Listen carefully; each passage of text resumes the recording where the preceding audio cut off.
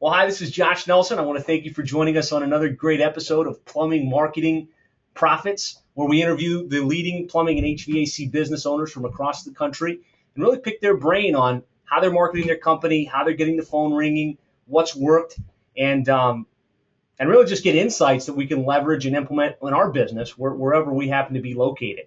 And today we have the pleasure of interviewing Kelly Russum from KC 23.5 Hour Plumbing. He's based out of Palm Springs, California. So, Kelly, thanks so much for joining us. Thank you for having me. So, I guess the best place to start, Kelly, is if you could just tell us a little bit about your business, some of the demographics as far as how long you've been around, approximate revenues, numbers of trucks, that type of thing. Okay. Thank you, Josh. We started out here about 34 years ago in the Coachella Valley. A friend of mine named Chuck Barrett and I started KC's Plumbing in 1980, I believe it was. And it was his name's Chuck, my name's Kelly, so that's where we came up with the KC's. Okay. And we thought we would try to be, I've always wanted to be, thought of being different. So we went out as KC's 23.5 Hour Plumbing. And really, right off the bat, got a lot of publicity off of the 23.5 hour service. Mm-hmm. To date, we still get asked, what do we do with our half hour off? And so when we started this, it was just Chuck and I. So we were really primarily doing insurance work, American Home Shield type work, and really got quite big in doing that type work, not knowing much about business, just being plumbers. We were working real hard, not making a lot of money, but really staying busy. So it became real difficult to keep on top of training when you didn't have the time or money to do that. So we were always caught chasing our tail. And then what happened is my partner and his wife got a divorce. He moved out of town, so I bought him out, and it's now just KC's Plumbing, and it's myself and my wife, and my son's now involved with the business. We 12 years ago made the decision to get away from doing insurance work and anything to do with new construction because of it was too stressful for what little money we were making or profit margins. We were making. Right. And right, a real low profit margin. And I went to what was called a success group meeting, and it was with PSI, Public Success International. I liked what they were talking about and made a decision while I was there to join. And ever since have been a member of their organization. Excellent. I strongly recommend anybody that's in the trades to get involved with some organization, if not this, a good organization, because it's priceless what you're going to learn and be able to do in your industry once you're on top of it, and have other people actually watching the industry, giving you the briefings on it, so you don't have to go through the fat. You just get to the meat of it, and that's what's great about these organizations. Mm-hmm. And I also realized one of my problems was I was a great plumber and not a businessman. Mm. So they directed us where we could go to learn what we needed to learn and numbers to look at. Excellent. The biggest thing I realized was with our business was time and material was not the way to go. So we went out and immediately went out with menu pricing. At that time, where we were running probably 15 trucks, when I announced what we were going to do, the price increase that was going to be involved with it, I was right instantly down to 4 trucks. The guy just walked on me. Wow. Which is okay because it was green to me, and it gave me the opportunity to build the business up from there. And believe it or not, Josh, after I got over the initial heart attack of now what am I going to do? Right. The great thing is, I was making the same amount of money with the 4 guys as I was with the 15. Without all the hassle and stress. Without all the hassle and the run and gun theory. And I'm going, well, wait a minute. This is a lot less stressful when I make the same amount of money. Right. Maybe there is something to this. Mm-hmm. So I diligently trained with the guys. I'd get in-house trainers, out-of-house trainers. I'd pay for the guys to go out of town to learn. And it's not on how to take a homeowner to the cleaners. It's to actually how to educate the homeowner. Mm-hmm. Education sells. Yeah. So that's what we do in our business. We educate the homeowners. My guys now fully, 100%, understand why they need to go out and menu price. And that's what I try to teach young plumbers today that come to me for advice in our organization or just off the street. You got to get away from time and material. And I try to use logic with them is, look, you're paid for what you know. And that's the hardest thing in the world in the service industry, because you can't really tell the homeowner what that charge is. That's why a doctor doesn't make a house visit any longer, because Right. he can't tell you it's going to be $600 to come to your house to look at your child. He's got 10 people $60 a head in his office. Mm-hmm. That's $600 an hour. That's why he can't come to your house. Right. He'd rather come to your house, because the odds are he's going to get less sick himself seeing 5 of you in a day than 25 of you in his office. But nevertheless, we have to come to the home. And it would be advantageous. It would be crazy to even, and this is what I say to them, do you train your guys? Yes. Technically, no, I have people come in all the time, teach them how to be efficient on this and this. And I said, do you realize what you're doing to your guys? You're teaching a guy to get quick and efficient to make less money, because you're charging your buddy hour. Right. So the faster and more efficient he gets, he's not going to get paid for what he knows and what he learned. Mm-hmm. He's going to get paid for time. But he's an idiot. He needs to be as slow as he can. It's just obvious. So right there you can see, and that always breeds trouble. And so we've, painstaking throughout these years have realized, yeah, it was a big turnaround. It's hard to get a person to come in that's already been brought up in the time and material and doesn't understand, because they automatically think you're ripping a homeowner off. No, you're not. You're charging what you need to charge to be in business. To be a profitable business. That's right.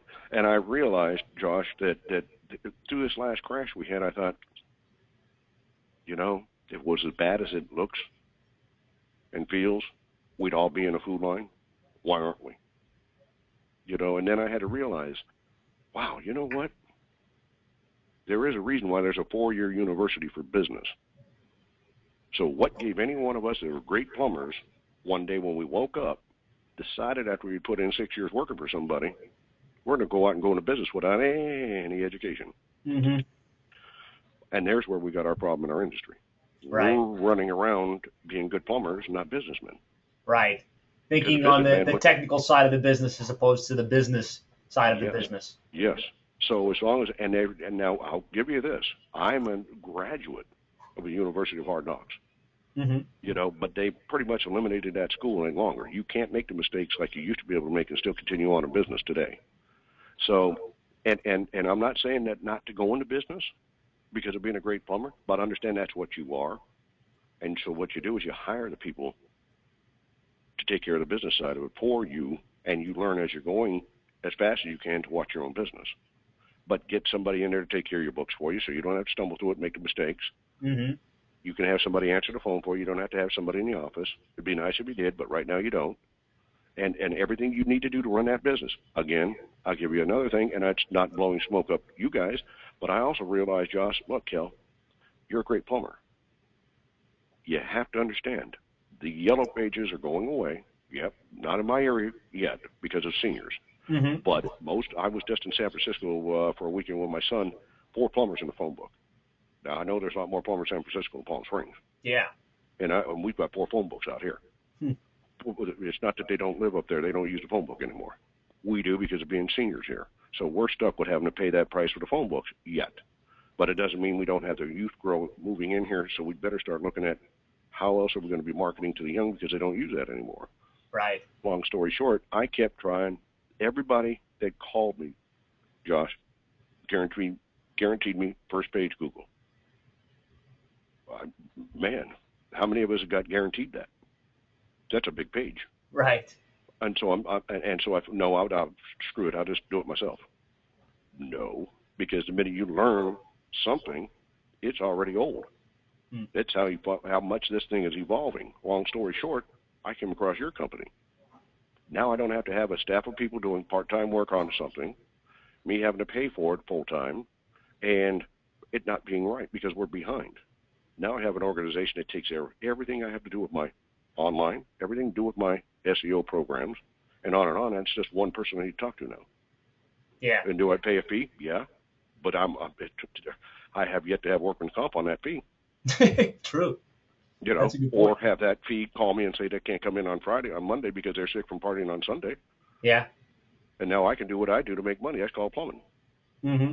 So all I got to do if I get mad is call up Josh. Yep. What's happening with the marketing? Here's what we'll do. Great. Boom, bang. So I've taken care and taken that off my list of things that I don't know how to do that I have to learn when what I actually am is a plumber. Yeah. So And for those of you that are listening, I'm not soliciting any type of no, plug for my services here. That was volunteered, so I appreciate that. and I'm just saying this is the things that we're doing. And you're right. I'm not trying to do that either for you on this thing. I've told a lot of people what we're doing. Mm-hmm. I brag on it, what I'm doing. So that's why I say it's made it a lot easier for me. Good. It really has on all of that, because that's freed me up now on other things that I can do that I don't have to worry about this. And Right. anytime you can eliminate something that's taken up time away from what you make money, you're going to start making more money. Yeah. And it was a big burden on me. Now I don't have to worry about that any longer. Good. I'm done with that. Radio and TV, we do radio. I don't do any TV yet, but the reason is because I studied both those now. I figure I'm going to do my homework before I do something. Mm-hmm. And we've now, within a year and a half on doing our radio campaign that I've put together, which is really just on one channel, but the way I've designed it and the thing that we're going after, I was just yesterday over there doing a new commercial, and they shared with me that another plumbing contractor was being spoken to about advertising on this channel. Mm-hmm. And he said, we just can't do that. We won't do that, so thanks a lot for the offer. And they asked why, and they said, because Casey's got the radio monopolized. We can't compete with that. Well, okay. But then they laughed and said, geez, wow, Kel, yeah, done right, it doesn't have to cost you a ton of money. But we so often go after these things and just throw money at it and believe somebody else is going to take care of it. Right. And it doesn't work out, and it's, thank God, it's not my fault. Yeah, it is. It's your bank account. Yeah, it is you. Yeah. So we've had a lot of luck with radio for seed planting. Radio advertising is for tomorrow. So I being a plumber, the term I use, that's the farming term, is you planted seeds on the radio. Mm-hmm. So you're building, but we've got a great footprint. We went out and hired a company that made a great jingle for us. It's beautiful. Based off of my son with a little bit of a music background. He said, Dad, we got to come up with something with a great tune, with a beat, with them snapping their fingers and whistling. And now throughout the valley, if you whistle the first 5 notes of our song, Casey's Plumbing. So yep, there you go. There you go. So and we've put that together now with our advertisement on the radio is just a father-son local plumbing company talking about, we're here for you. We're not selling anything. We're here for you. And it's not the end of the world. Let us take care of it. So it's been a different way of going about it, because everybody tries to shock advertise. Mm-hmm. With loud banging music and everything else. It's not the most pleasant time in the world to have to call a service company. So we don't need to really get you charged up with hype. So we just, hey, man, that's what we're here for. We'll take care of you. And we've got a lot of people commenting on our commercials, because we're not trying to cram anything down your throat. This last commercial we ran was just kind of a pun on the heat out here in the summer, because I know everybody's advertising TV and radios is blitzing them about AC commercials. We just talked about air conditioning and how hot it'd be, and geez, but it'd still be miserable without any indoor plumbing. If you do have one problem, give us a call. And people are just falling over on that one. They're saying, great, guy didn't put anybody down. And they're there. So that's the type of marketing that we've wanted to do. Nice. And it seems, believe it or not, Josh, it's working real well for us. Great. Real well. Well, I definitely want to drill down on some of these as well as we go through some of these Sure. some of these questions. So just real quick, 2 questions I want to firm up. The one on size. So you mentioned you were 15 trucks, you downsized to 4 whenever you went to flat rate pricing. What are you guys running now? We're running 6 trucks right now, and we're doing double what we were doing without going to the menu pricing. Nice. And we've had even throughout these last 3 lean years, we still had a 10 to a 12% net profit before taxes at the end of the year. Wow. And a growth. So, and I've also realized grow slow but efficient. Mm-hmm. So that's what we're doing, because when we bring a man in, he goes through an awful lot of training before we cut him loose in a home. Yep. And it's not on sales. It's on how you present yourself. And if you devote that time and you put it into them up front, there's no beating them over the head while they're doing it. It's just our philosophy: time for learning or time for change. Right. No emotions, and so you try to teach as long as you can until you both realize it's best to stay friends and have a party another way. Yeah. And if they're bad enough, you get them hired on with the competition. But, a little marketing there, but and it seems to be working out. We interview on a regular basis. We do a lot of profiling on them prior to hiring them. We have a company called the Nielsen Group that does a profile on them and sees how they fit in the service industry as well as being put in front of people in a home. And to date, they really haven't missed a person's demeanor yet. And they can tell when they try to manipulate the little questionnaire right off the bat. Does that cost us money? It costs us a little money up front, but it doesn't cost us a bunch of money out the back end. Right. So it's Nielsen. It's called Nielsen Group, and they basically pre-screen based on their personality profile and some other traits that would indicate whether they're going to do well in this type of position. Yes, and what he's done is he got together with the president of Roto-Rooter, I believe it was Mr. Rooter, Jim Abrams, at the time president of SGI Success Groups International, and they put together the synopsis for a perfect technician. Okay. And that's what they base this on. And then they have a number of different things that shows where they fit in. And what's nice is if you use the Nielsen Group the way it should be done, he does a profiling on you and the organization you already have to know what it is that you have. Okay. And the mentality of your organization. Let's put it that way, in the way everybody kind of thinks, because we all fit into a group. Yeah. And then when you're looking at the techs, he compares to see that they're going to fit in our group and it's not water and oil. Right. So they're going to be a good fit with the team that's already in place. Exactly. So again, $200-300, but that with an upfront drug test and a background check, national background check, not just your neighborhood. You're starting off on good ground with this person, and always you got to check their driving record, and all these things add up to a good technician. And that's something else that we realize too, Josh, is everybody claims they want to hire the best. Well, I'm always looking for the best. So am I. But I woke up a while back saying, the best is working. They're not looking for a job. Right. So when we're advertising for help, we're all going to the newspapers, advertising on newspapers, Craigslist, Angie's List, and all these other things for the guy that doesn't have a job. Right. And I realized the good guy, even if he's not happy where he's at, he's working somewhere. He's going to go knock on the guy's door next door, and if he doesn't even need him, he's going to hire him because he knows the guy's good. So we came to the conclusion, Kyle and I, hey, if the good's working, we're wasting our money on the rest primarily, because if they're not working, it's by choice. Like I said, the good guy's going to hit 4 or 5 shops, and they're going to say, come on in, period, if he is looking for a job. Right. So we made up a radio commercial and had it all done professionally, advertising for that perfect technician that wants to come to a company that people enjoy coming to work and everything else, and here's what you do, and blah, blah, blah, blah, blah, blah, blah, blah, blah, blah, highest pay in the valley, and blah, blah, blah, blah, blah. We killed 2 birds with 1 stone. One, my radio station lets me run it as a ad for help, but we designed this thing that if you heard this thing, you said, my God, why wouldn't I use a company that has technicians like that? Right. So, all we did was hit 2 birds with 1 stone. Again, get the big bang for your buck you can.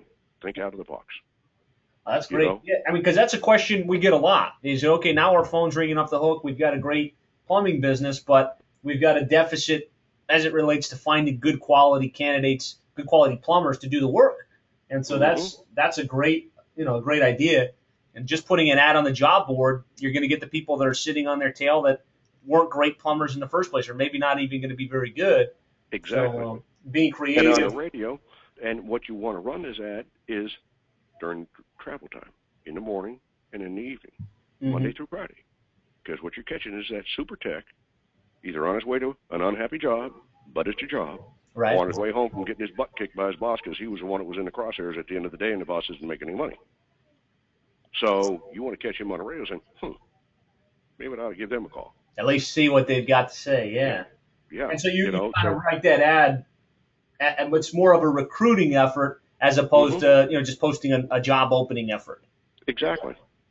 Exactly. And it's a great way to get some good technician come over and talk to you. I also realized if you're hiring the best, be prepared to pay. Because remember, the best is working.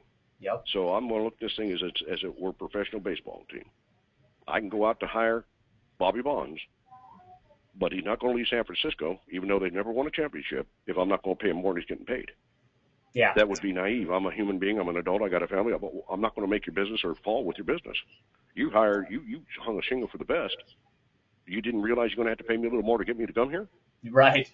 So you got to realize that's what you're going to have to do. And if you can't do that or feel you can't do, there's nothing you can't do. But if you feel you can't do that, don't advertise for the best. Right. Because you're going to be really depressed when they come in and go, what? Right. And walk out. Exactly. They're getting good money where they're at. Exactly. So you got to offer them a little bit more money. But also realize, and you got to know, you got to have a strong nerve that this guy's going to bring that money in. Right. Period. Yeah. You know, and like I tell techs coming to me, what do you want to make a week? I want to make $2,000 a week. You got to bring me in $2,000 a day. See ya. Simple. Right. Oh, hey, $10,000 a week. I make $2. Yep. See ya. And have happy clients. Yeah. That's the other bonus to it. Yeah. You know, that's and great. also, That's great insight. And another thing, also, Josh, a lot of people aren't doing in business because they don't believe there's any money in it. Is we call it a VIP club, but having maintenance contracts. You know, they said, well, geez, there's not a lot of money in that. And then, you know, well, you're just not looking beyond that initial check. You know, anytime you get your foot in the door is an opportunity for work, isn't it? Yes, okay, then that's what a maintenance contract's for. You're getting your foot in the door. And national average, 33% of them are going to have you do work.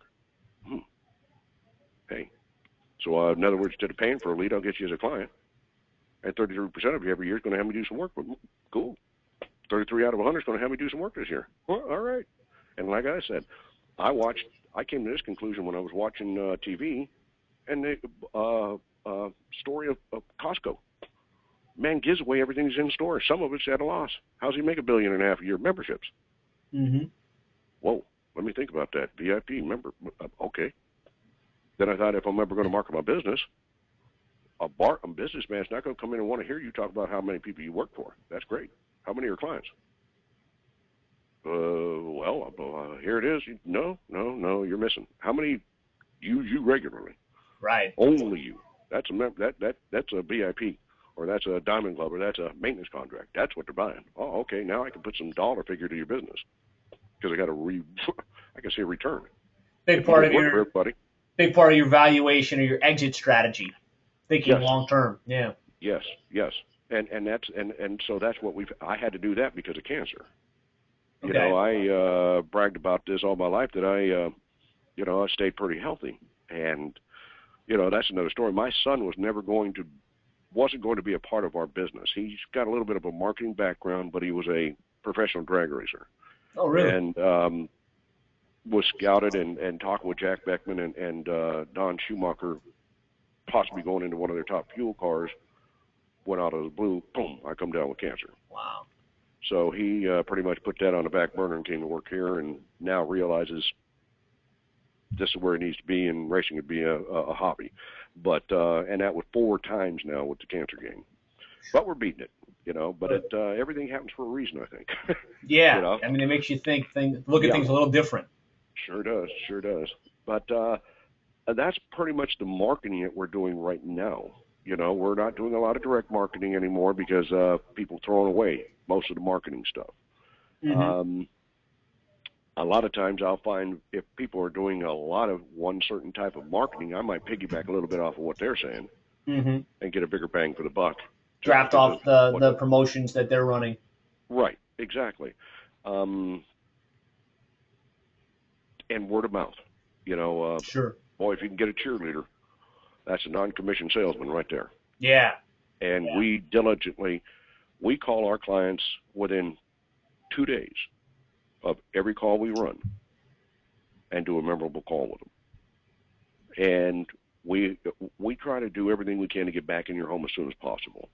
So we'll send out with a first-time client a letter, a thank you letter, very much for using us. Here's $50 off on your next call.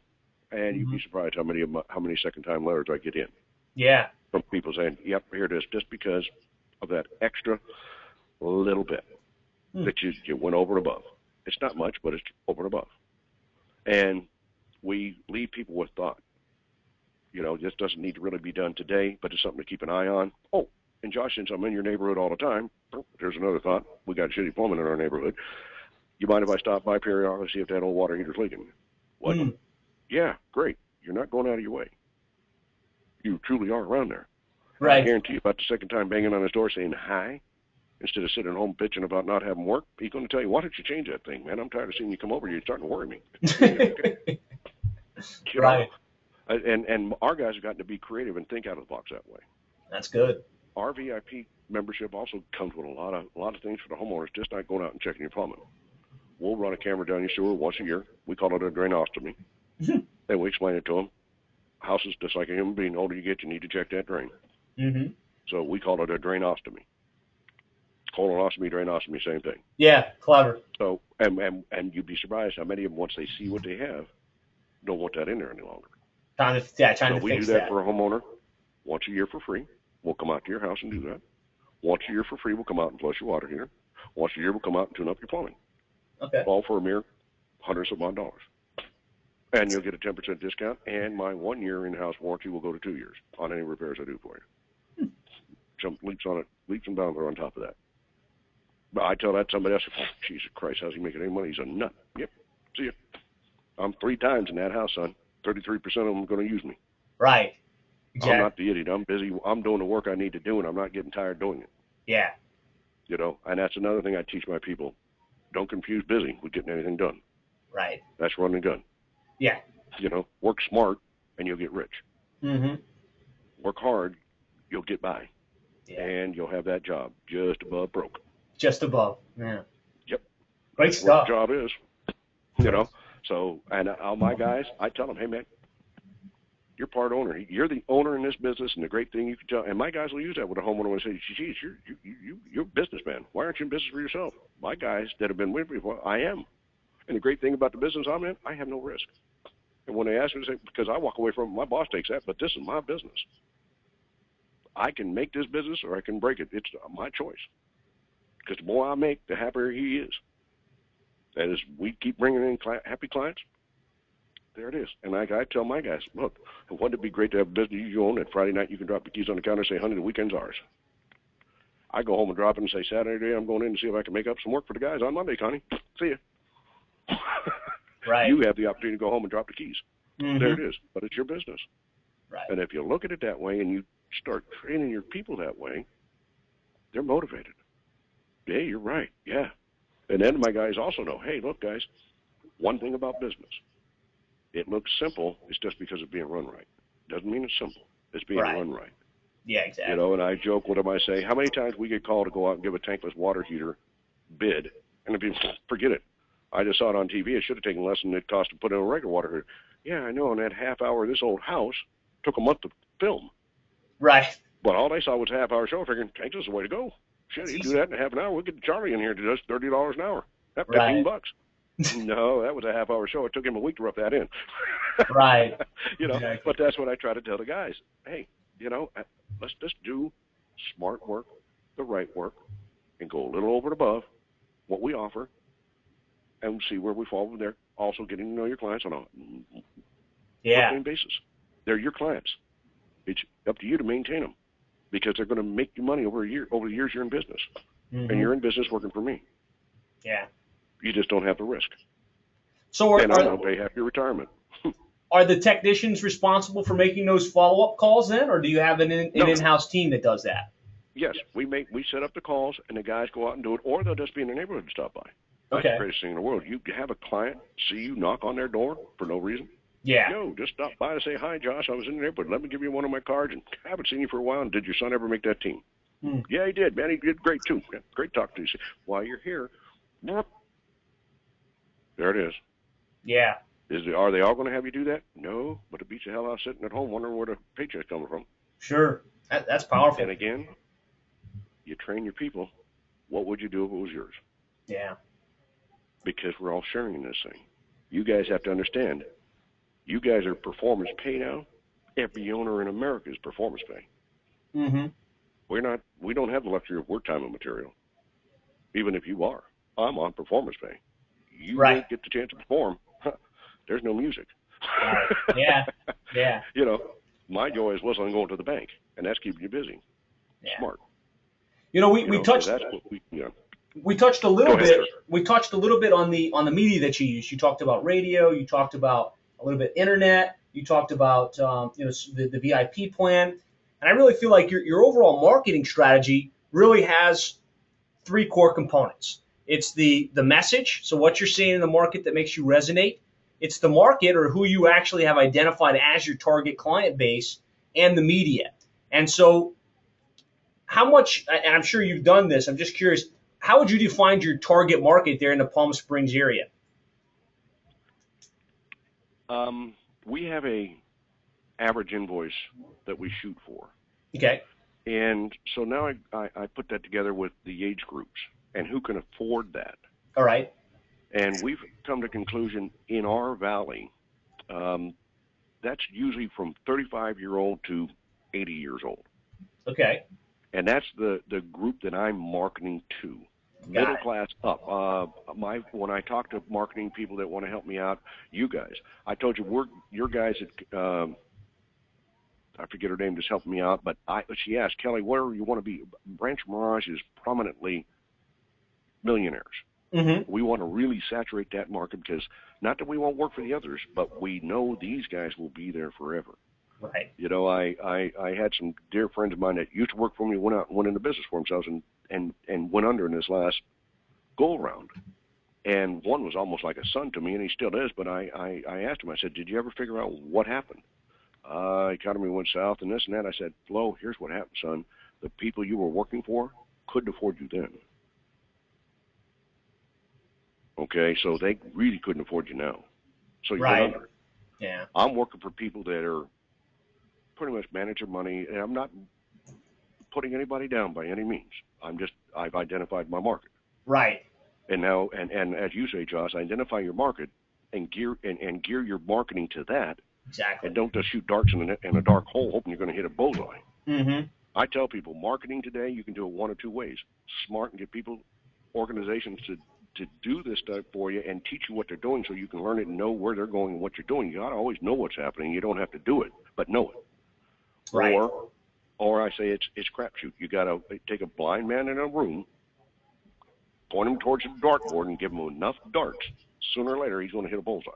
Right. Now, turn the lights on and ask, who wants him on your team? Right. He hit a bullseye. Obviously, he can throw a dart. Mm-hmm. He's not very good because you can't burn those leads. Right. They So all yeah, cost so I mean money. that's great. I mean, so you've clearly defined it a 35 to 80 homeowners, mid to high income level, and your messaging. You talked a little bit about it when we were starting. You talked about 23 and a half hour plumbing and the fact that generated some buzz. For those that are listening, just tell us a little bit about what your explanation for that extra half hour is. Actually, what we do is we leave that up for who it is that we're talking to at the time. Many a time it's I'll be involved in a situation where somebody is having an issue, and I say that's what I do with my half hour off. You know, we'll joke with people too, and we'll say, well, the boss has always told us, you know, we could either take that half hour and sleep or do what we'd like to do on it, and then we get right back at it again. You know, Right. So what it is it's an open ticket for conversation. Yep. To get to know your client. Mm-hmm. I try to teach guys, look, all of us can do the plumbing. Spend some time with your client. Get to know them. Here's my example, Josh. If I were as close a friend as I am with you on the telephone and living next door to you as a plumber, if you came over Sunday morning and knocked on my door and said, hey, Kel, come on over for a cup of coffee, just for the hell of it, take a look at my kitchen faucet. You come over, I come over to your house because of friendship and trust, and I'll look and go, Josh, man, you need a new one. No questions asked. Can you do it today, Kelly? Right. Nothing question about price, nothing else. I trust you. Mm-hmm. Price is if people want to research, which a computer's great for today, it's a university in its own right that you don't have to pay for if you just want to take the time to use it. On a 5-question, 10-question concerns of every homeowner when it comes to trades, price is number 5 and down. Way down the list, yeah. And you talk that most of these guys are cheap price, and they, what? Yeah. That's how much it doesn't really matter when you do everything else right. So, no, I'm not stealing from the clients. No, I'm not robbing the clients. I'm doing everything else right, so the price just fits. Right. You know, and I also joke with people. I get people tell me I'd never use a 5-star hotel if I got the money. You haven't been in one yet. Right. Face reality, man, because I've rest of your life when you go to that Motel 6 and go to unlock that door and don't use the card to open the door, you're going to go shit. Sure would rather be across the street there at that Marriott. Yeah. So it's just that you haven't experienced the good life yet. Once you have, you will always wish you could. Right. You're human.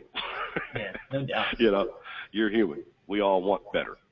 Mm-hmm. Period. We're never satisfied. Thank God we're not. You know, but these are the things that I look at every day, and then I try to pass on my philosophy with my team.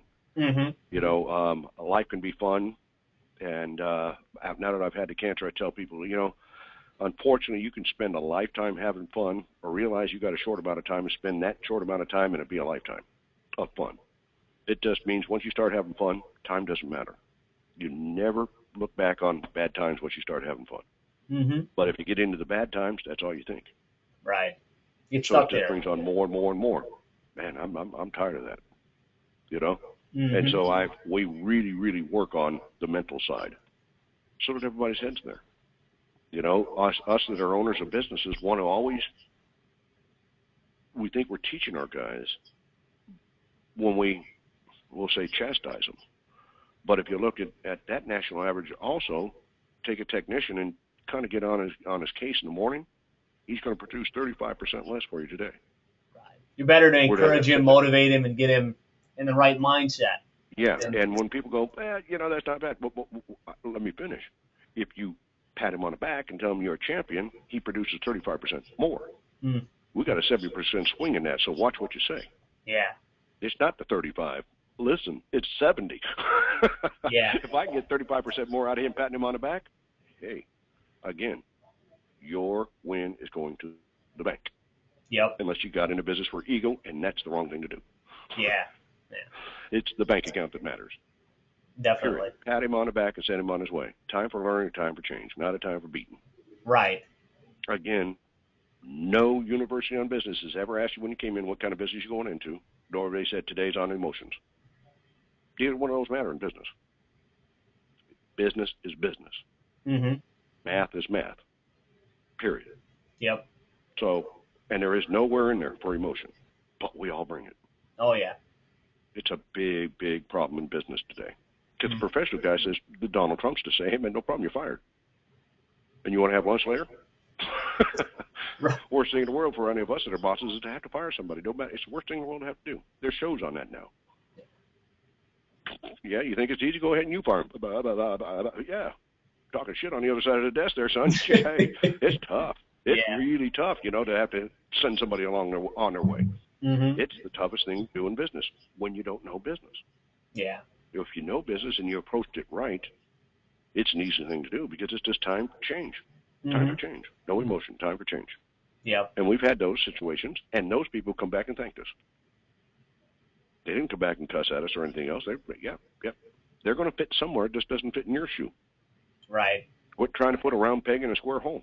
Mm-hmm. Send it on its way. Yeah. There's plenty of them out there, you know. And you do always have a revolving door. Spend 1/3 of your time always recruiting for every position in your company. You're not looking to replace. You're just looking to get closer to the way you think. And as you get a group of people in your organization that think your way, you'll make it work. Right. I understand 1,000 ways to skin a cat, but you got to have one person. There's only one conductor. Follow the conductor. We'll make good music. Yep. Period. You know, and so that's also what we've done in our business. It's, you know, here's the policy and the procedure and how we're going to do it. All of us. So that when we go into a home, it's the same thing for everybody. That way also I can help you. Because you can come in one day when you're not doing very well, we can go back on the steps. See what you felt you didn't need to do today that you did yesterday. But I can't if you're rogue. Right. You know, if you're hitting on all 8 sometimes, not sometimes, and you're doing it your own way, how do I help? And this is another business lesson. How do you help that? Because he's not going to listen to you. He's rogue. Mm-hmm. So you got to bring them in, and that's again now you got to go back to, do we hire somebody that doesn't have all that bad luggage with them? Right. We also, Josh, will hire out of trade. I've hired a plumber from Starbucks. Sit there and ask the kid while I'm talking to him, because he's great service and comes over and wants to do this and this and this and this. Hey, you got any mechanical ability? Oh yeah, I work on my garden and everything all the time, man. Here's my card. You got what it takes. Right, the aptitude. Mechanical ability, and you got the people ability. That's more important to me. That's 2/3 of your job. Yeah. I have had people, Josh, that work for me, as God is my witness, that homeowners have called shortly after they've been there and, oh, Kel, I need to talk to you about John. Yeah? Man, is he great, man. You know, we talked about kids and everything. Man, are you so lucky to have him. Anyway, that faucet he was working on still drips. Oh, well, no. Don't bother, John. I'm not calling you a bitch about it. I told you he's a great guy. Just would you note it in the computer that the next time he comes out, he can take another look at that? And I'm sitting there shaking my head going, he got paid for a callback. Right. If that's not satisfaction, matters more than anything, you tell me. Right. That has literally happened.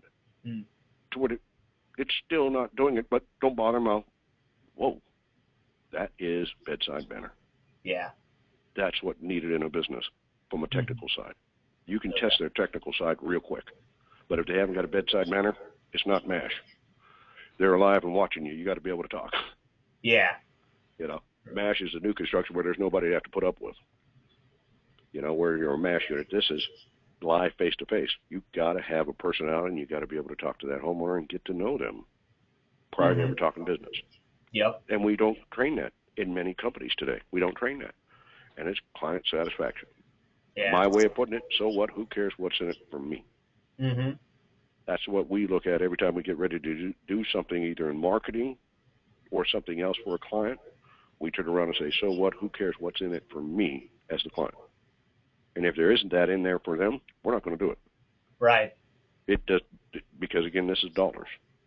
That's what we got in this for. It's got to be what they want. We also have a tendency to sell them what we want them to buy. You know, we have certain toilets that we really believe in, but I also tell my guys, don't be silly. If it's legal to code and they want it, we'll put it in. But we're going to give them the great story about what the one we recommend. Right. But don't walk away from it. But still give them what they actually want if they really want it. That's right. And be actively listening to your homeowner. We don't do that any longer. That's the great salesman. Yep. That's the great compassionate person, is the person that listens more than they talk. Because we just don't do that today in the world. I hate to say that. We've lost the active listening. We are waiting to react to something you say. So I don't hear your story. So It doesn't matter how good my story is. It may not be the story you want to hear. By example, selling cars.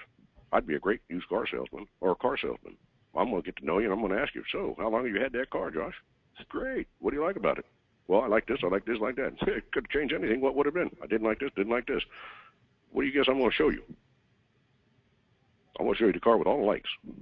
Right. I'll tell you why it doesn't have the crap that you don't want. I guarantee you walk out of there with my car. Yeah. I'm not going to sell the one of boxes that's been stuck in the back there for 9 months. We're getting tired of washing.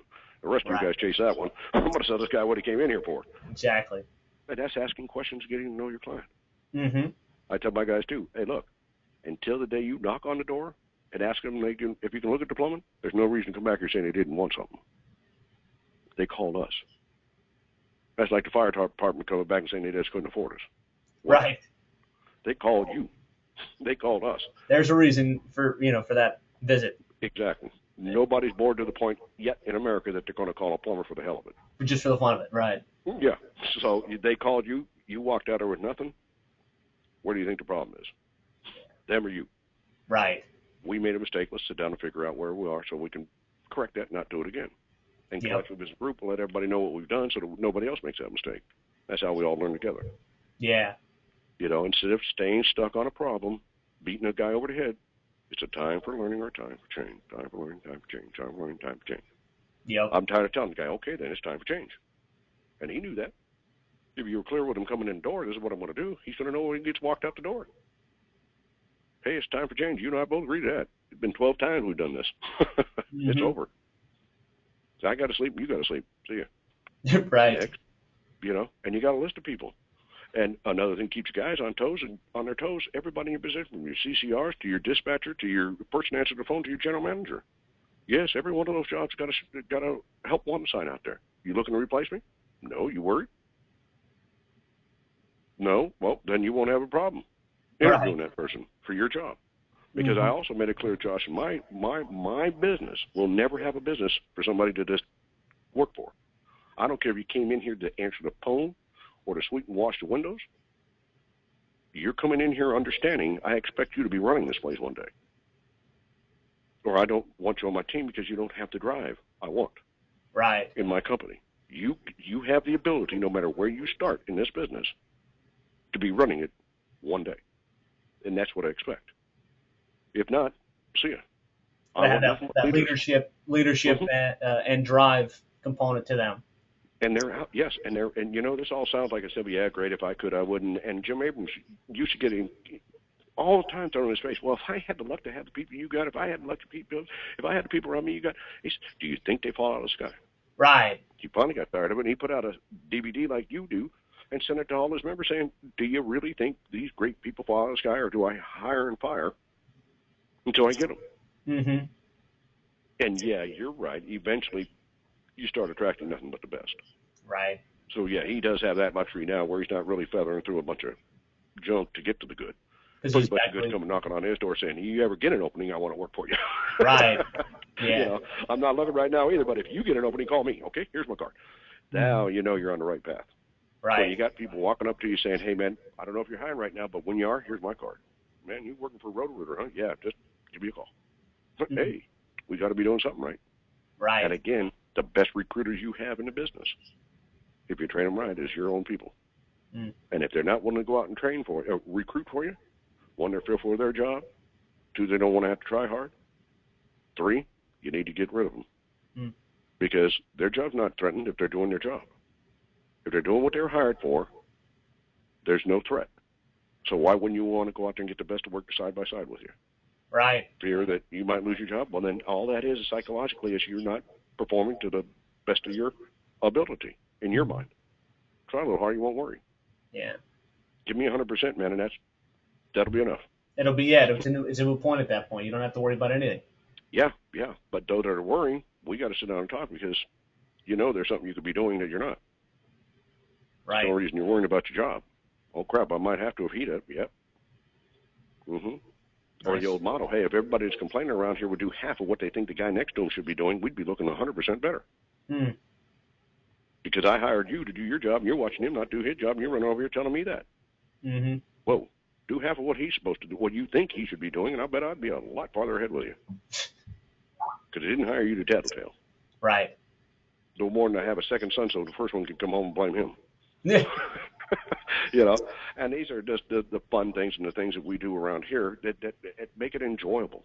Right. As much as possible, we still have the family problems that everybody else has and the situations, but they're a lot less strenuous when you know where you're all going.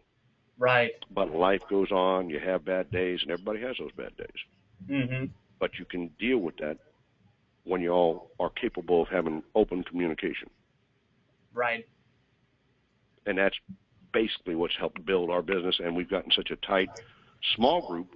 But again, like I said, only to me, I don't need to have 40 guys or 10 guys if I can do the same thing with 6. Period. Yeah. And I asked, when I talk to other young contractors stuff, and they say, man, I did a hire because I'm just busier than hell. That's good, but it's bad. Because probably half the reason you're as busy as you are, you're not charging enough. I know how hard that is to believe, but believe me, if you took your price up, yeah, you're going to lose some of them. Again, you're making the same amount of money.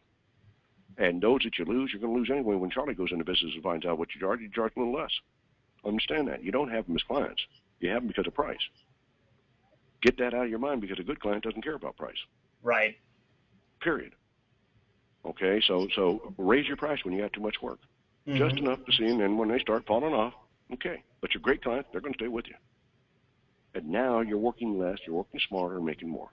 Yeah. Because you're eliminating situations that cost you money. Yeah, it's not more money, we'll say, coming in, but you don't have the gas going out, you don't have the workman's comp, you don't have the insurance, you don't have you go down the line. The pillaging of material and everything else missing. Add all that together, and now see what you're saving and what you're actually making by having the right crew and not a huge crew. Mm-hmm.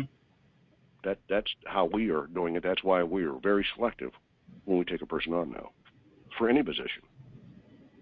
For any position in the company, we got to know they're going to bring us in. If it's a tech, he knows he's got to do 500,000 out of a truck, and we are strictly service and repair.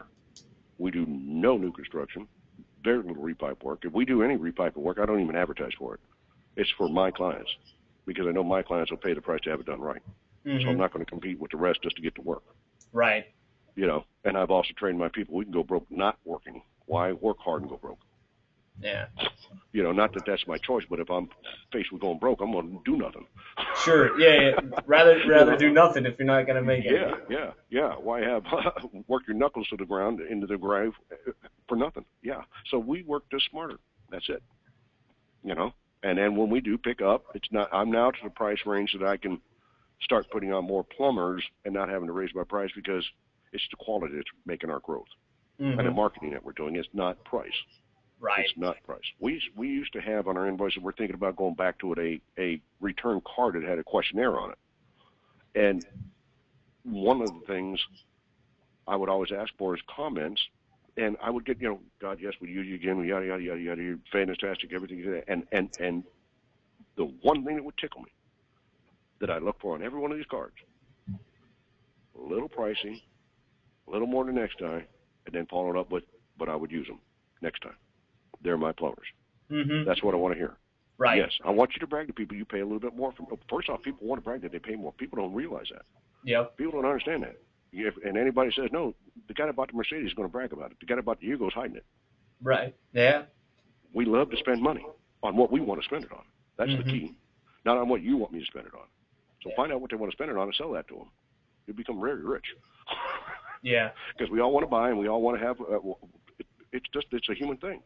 Mm-hmm. It's human for us to want to do that. Just figure out how you're going to have to present that to them. Doesn't matter what you're in. Yeah. Presentation. Absolutely. I think you shared some great insights, even outside of marketing itself, and you gave some great thoughts and some great strategies on marketing. We also talked about, how to keep the team motivated, how to choose the right guys, the notion of flat rate or menu pricing, and some very, very great content that I'm sure the listeners are going to love. I think we're going a little bit, we're at about the 50-minute mark, so we'll try and bring it to a close. What would you say to the plumbing business owner that's trying to take their company to the next level, whatever that next level is? What would your thoughts be for that person? I'm going to assume pricing is their issue. Okay. And it is to take it to the next level. So odds are I'm going to be dealing with somebody that's out of time and material, so I'm going to educate them that they need to go to flat rate pricing is almost a nasty way of saying menu pricing. Mm-hmm. Example, if I told you, hey, look, we can eat over at Denny's or we can go over to whatever, and they got a menu pricing, mm-hmm. or they have flat rate pricing. Well, I'd rather go to the guy with the menu. So it's a better languaging to say menu pricing. Exactly. Gotcha. And train your people that that's what they're doing as well, and understanding that that's what they're charging for because it's a task. And yes, you're competitive with the next guy because of the way you've structured this thing. Mm-hmm. It's not all the way through it, and it's a long thing, but they need to learn the theory behind menu pricing, the true theory behind it, and the reasoning for it, and then go after it, because if you understand it, you'll understand why you need to do that. Right. And it's not that, so what if it says that you charge $199 to change a pair of angle stops? That's stealing from a homeowner. It's not. And that's only on the first set, because a flat rate system or a menu pricing system can only be priced on doing one thing. There's too many combinations. You'd have a set of books to try to come up with many combinations for a homeowner on the different situations they can have in a home. Right. So when you set up your pricing structures to come out to your house, if you had two toilets that need to be rebuilt, if you didn't discount the second one, here's the way you'd have to do the work. I come out to your house, I do my presentation, I get the agreement with you, I do the work, I clean up, collect, come back to the shop, take a breath, shoot back to your house, do the same thing over again. That's the only way you can do that. And that's ripping the homeowner off. Or, since you already know you're in a home, you can discount the second, third, fourth, fifth, sixth, eighth task because you have time, you're in a home, it's not running back and forth. But you can only structure a book per task. There's no way you can come up with the combinations that the homeowner would have in a home to be able to say, well, to do all these is going to cost that. No. Right. You have a menu price, now you discount second tasks down, explain that to your homeowner. You know, you might have some things where you're almost giving away a part that normally if you only come with a flapper. If a homeowner only needed a flapper and a toner, that's all they need. It's going to cost them $175. Or if you're doing other things, you give them that flapper. But if that's all you got called out there for, you got to cover your company and your expenses. That's just, unfortunately, that's what you got to do. Yeah. But plenty of other things in a home that get discounted to where, oh, yeah, I can see your same price as Charlie. Yep. And we're trained to look at everything for you because you know what? You're not getting charged by the hour. So you don't have to hustle me to the problem, hustle me out the door. Now it's my responsibility to clean up after myself. You don't have to pay for that. Mm-hmm. It's my responsibility to get to know you and talk to you and train and teach you what it is I'm doing for you before I do it so you understand what you're getting, where I can't do that in time and material. You don't want to pay for all that time. Right. So run, get out, and I'll beat you over the head with the only thing I have I can deal with you on because I'm a consumer, and that's my pocketbook. If I knew technical, I'd be doing it. Right. So consumer can only beat you over the head with the pocketbook if you don't do the job, everything in the job right. And believe me, it's not the price. Yeah. They didn't like you. So price is what they use. Gotcha. Price is what they use. It's just the easy thing for everybody to fall. Oh, you ripped me off. Really? No. Because it did the same for your neighbor, and they were happy. I just pissed you off, or I didn't satisfy you. But it wasn't price. It wasn't price. And so that would be what I would tell it to take your company to the next level. First off, be the best you can be. That's clean, neat. Clean up your house before you go into somebody's home. Clean up your own home. Okay? Wear booties when you're in the home. Floor savers. Mm-hmm. You know, not booties, they're floor savers to the homeowner. I'm not wearing a booty, I'm wearing a floor saver for your home. Let them know that you're doing that out of concern for their home. Use your mats around where you're working, even though it's a minor job. Set up for it. Play the part. You know, do the job right. Don't just restore flow. Clear the drain for them. Tell them what you've done. Don't gouge them for that camera. Give them the camera. 2 out of 3, if they see what you're doing with the camera, are going to have you do extra work. That's what you're looking for. Yeah. You know, and a lot of guys don't realize that they try to make all their money off their first-time visit. There's no trust. Odds are they're going to pay spend about $150 with you on their first visit out of lack of trust. Maybe a little more if you were recommended to them. So don't try to beat them over the head the first time through the door with a bunch of stuff that they need. You're now PRing more so than making work. Yep. You know, and just teach your guys and gals that you have out in the field, this is what they're doing. You know, get some common ground with your homeowner.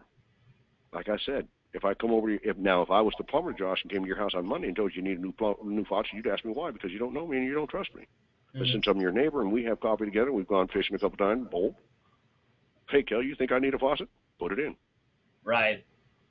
That's getting to know your client before you sell to them. Mm-hmm.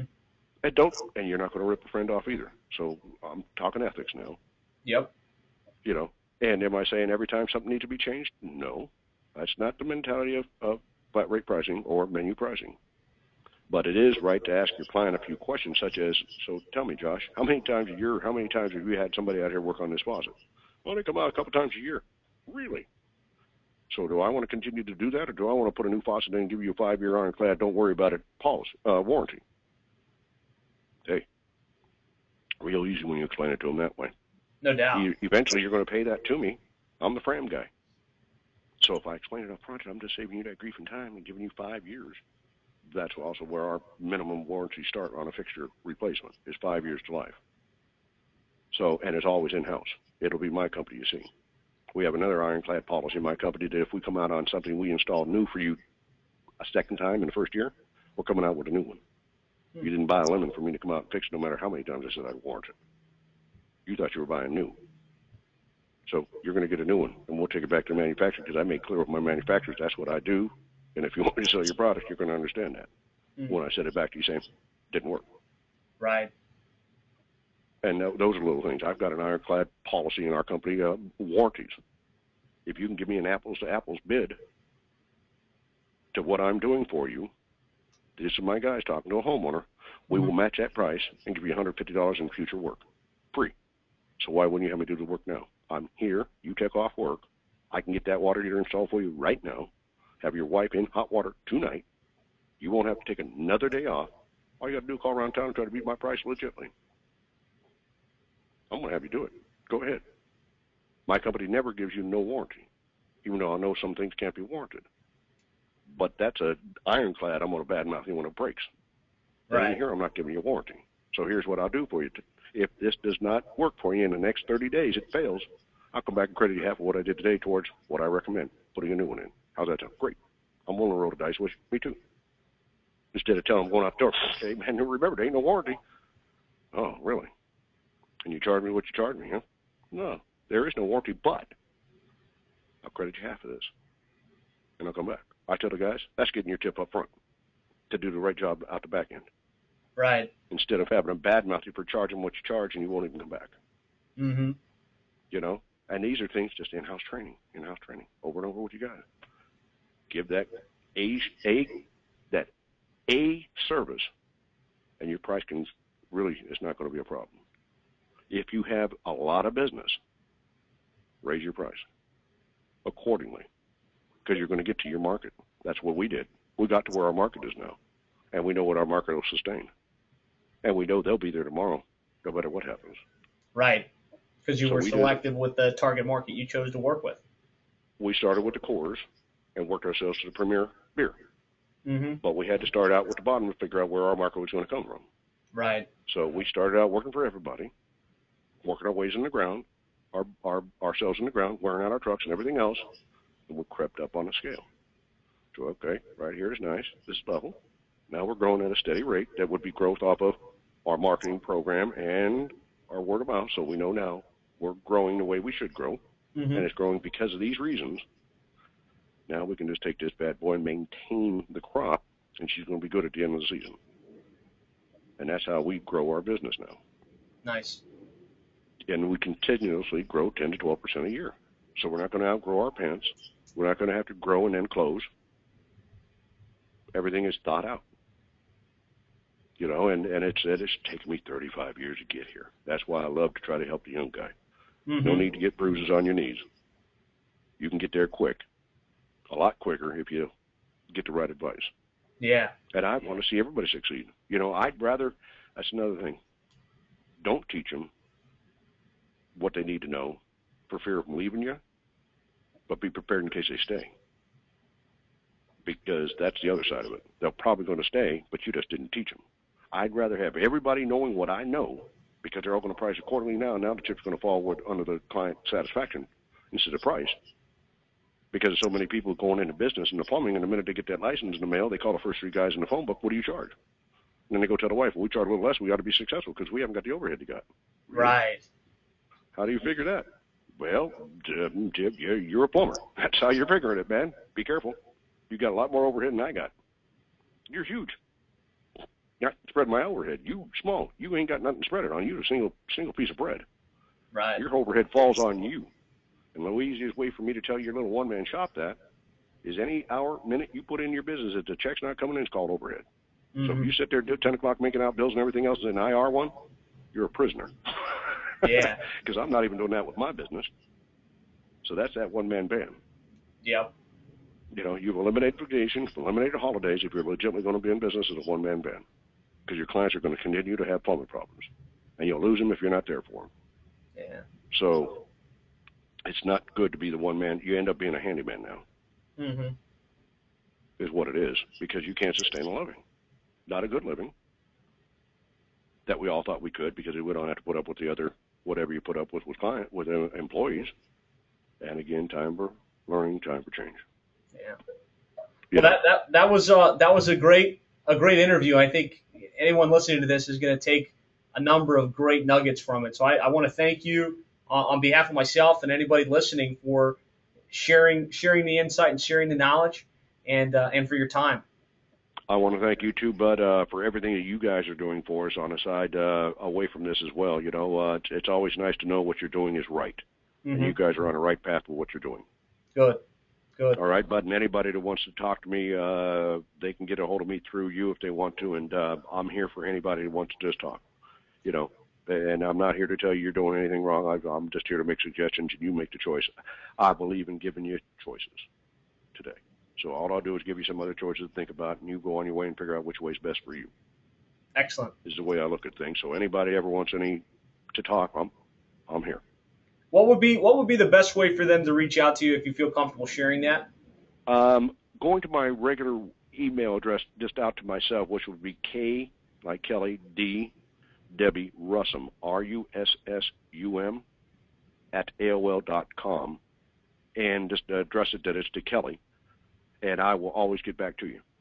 Excellent. That way it's away from the business, and I know it's personal, and I'll call you, or either I'll email back, and anything you want to talk about, I'm here. And also, I'm here to learn. So if you got a better way to skin the cat than I got, I'll always add that to my arsenal. I will not ever say I've learned what I need to know. Mm-hmm. I am always on a learning curve. I do this the same. Our business is the same thing as any professional business, an attorney or a doctor. We're practicing every day what we do. That's very generous of you. So I'm sure there will be a number of people that reach out to you via email. And, of course, if you want to listen to other interviews like this, interviews with other successful plumbing business owners that have grown their business and are willing to share, you can listen to interviews at plumbingmarketing.net. So thanks for your time.